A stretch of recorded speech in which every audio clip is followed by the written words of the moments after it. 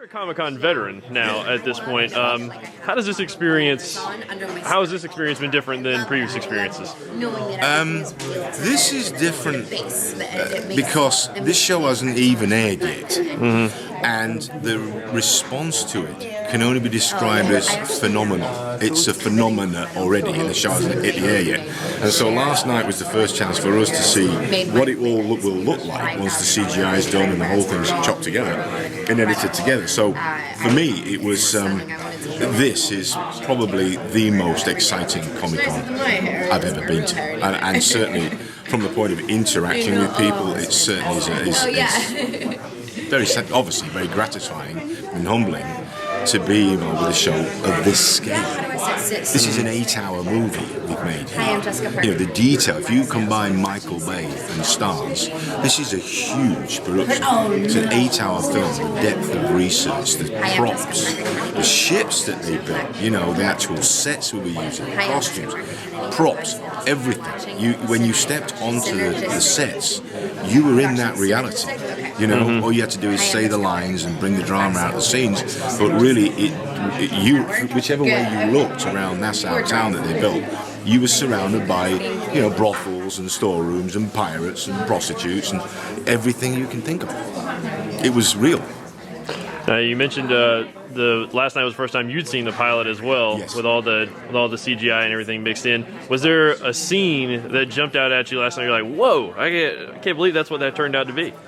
Well, the scene that when we did it was when Toby's in the fight scene. I remember thinking, this is brutal, absolutely brutal, and it came over as brutal. I mean, it is literally, it's a white knuckle scene.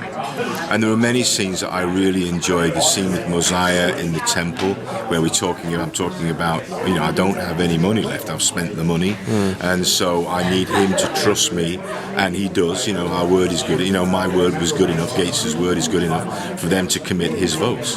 That was a great little scene. The scene with Toby and I talking about what we're going to do.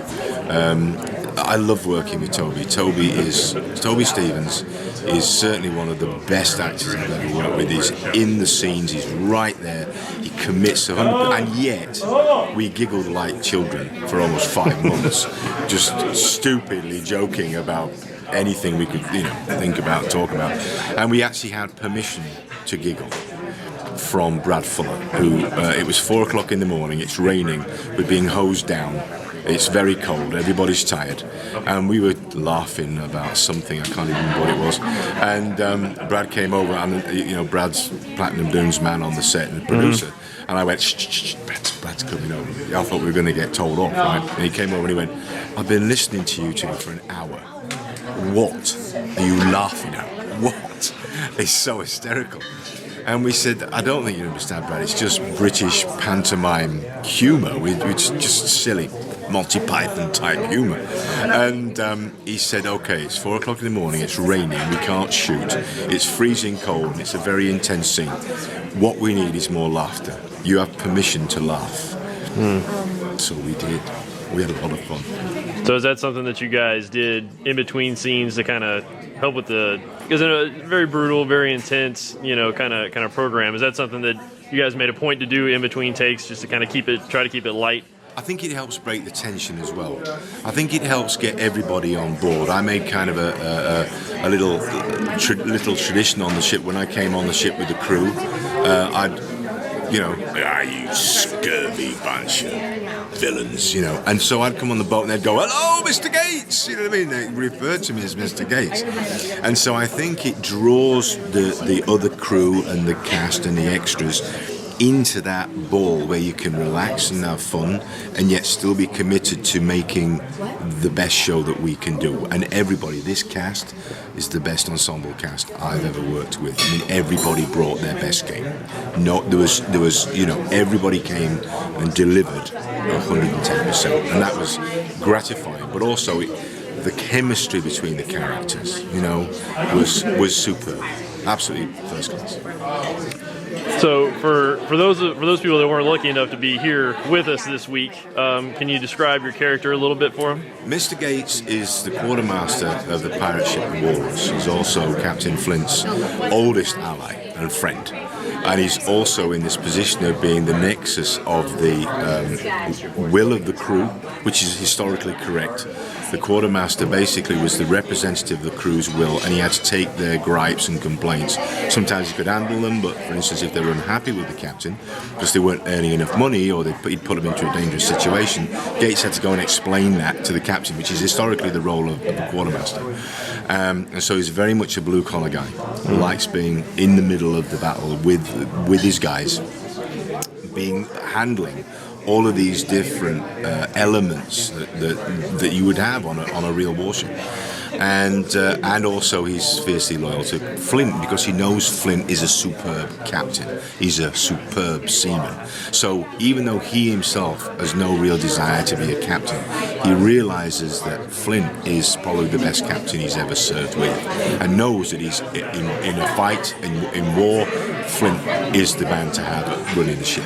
And so it's very much a symbiotic relationship and a friendship, and based on loyalty and trust. Mm-hmm. Is that something you worked with Stephens on to kind of really cultivate that between the two of you, just as I guess as the two of you as people before you jumped into your characters? We'd never met, Toby and I. I mean, this was the first time we met, and we went through the read-through, and right from the beginning of the read-through, the very first read-through, we got it.